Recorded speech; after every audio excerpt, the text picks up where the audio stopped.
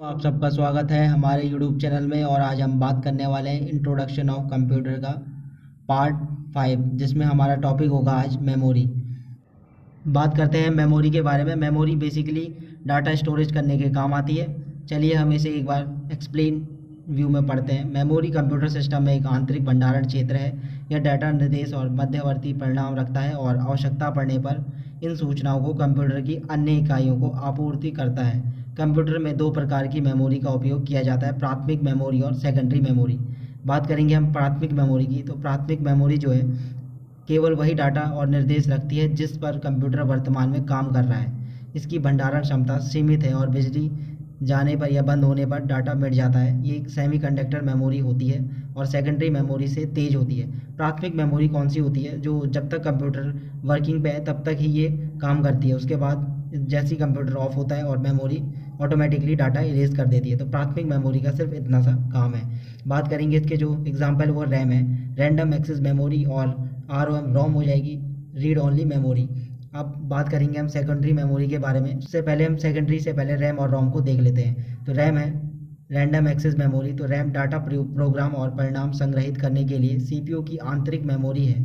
यह एक read write memory है। रीड राइट मेमोरी की अगर बात करेंगे तो रैम एक रीड राइट मेमोरी है जो सिस्टम के काम करने तक डाटा को स्टोर करती है और जब सिस्टम बंद हो जाता है तो डाटा मिट जाता है। रैम सीपीयू द्वारा उपयोग की जाने वाली एक अस्थिर मेमोरी है। रैम दो प्रकार के होते हैं, स्टैटिक रैम और डायनेमिक रैम। अब बात करेंगे रोम की। तो रीड ओनली मेमोरी। रोम वह आंतरिक मेमोरी है जिसमें कंप्यूटर शुरू करने के लिए निर्देश होते हैं। यह एक गैर वाष्पशील मेमोरी है। निर्माण के दौरान जानकारी रोम में संग्रहित की जाती है। यह एक ऐसी स्मृति है जिसमें हम केवल पढ़ सकते हैं। वो रीड राइट मेमोरी थी रैम, और यहाँ पे सिर्फ ये कौन सी है? राइट है नहीं, ये रीड ओनली मेमोरी की बात करेंगे तो वो है रोम। आगे हम देखते हैं इसके कुछ एग्जांपल। पी रोम हो जाएगा programmable read only memory. E P ROM हो जाएगा तुम्हारा erasable programmable read only memory. Double E P ROM हो जाएगा electrical erasable programmable read only memory. अब बात में तो सेकेंडरी मेमोरी का उपयोग डाटा और सूचना को स्थायी रूप में संग्रहित करने के लिए किया जाता है। इसे बैकअप मेमोरी या सहायक मेमोरी के रूप में भी जाना जाता है। इस प्रकार की यादें या जो इस प्रकार की जो मेमोरी है वो कंप्यूटर के अंदर या बाहर, आंतरिक या बाहरी भंडारण उपकरण है।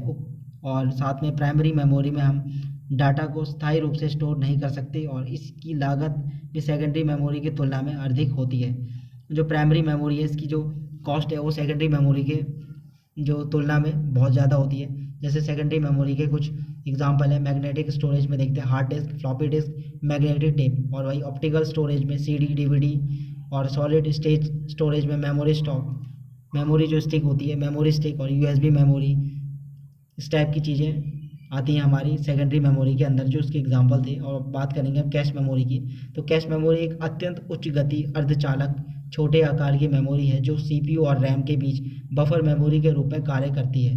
कैश मेमोरी उन डाटा और प्रोग्रामों को रखती है जो सीपीयू द्वारा सबसे अधिक उपयोग किए जाते हैं। यह मुख्य मेमोरी की तुलना में कम एक्सेस समय लेता है और अस्थायी उपयोग के लिए डाटा संग्रहित करता है। तो जो कैश मेमोरी है ये भी अस्थायी मेमोरी है। इसी के साथ हमारा टॉपिक आज का ख़त्म होता है मेमोरी का। और हम थोड़ा सा अगर हम डायग्राम देखें तो डायग्राम में ये है कि मेमोरी जिसमें प्राइमरी, सेकेंडरी और कैश मेमोरी। मेमोरी 3 टाइप्स की होती है, प्राइमरी, सेकेंडरी और कैश मेमोरी।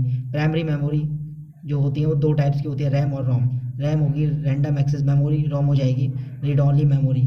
उसके बाद रैम के अंदर आता है स्टैटिक और डायनेमिक। वही रोम में आ जाएगा P ROM, E P ROM और double E P ROM. Secondary memory की बात करें तो इसमें hard disk, magnetic tape, CD, DVD, zip disk, इस टाइप की चीज़ें आ जाएंगी। और कैश मेमोरी में कुछ नहीं आता, सिर्फ कैश मेमोरी ही रहता है। तो ये मेमोरी का चार्ट है, आप देख सकते हैं। चलिए दोस्तों, आप सबको कैसी लगी वीडियो, अंत तक देखने के लिए धन्यवाद।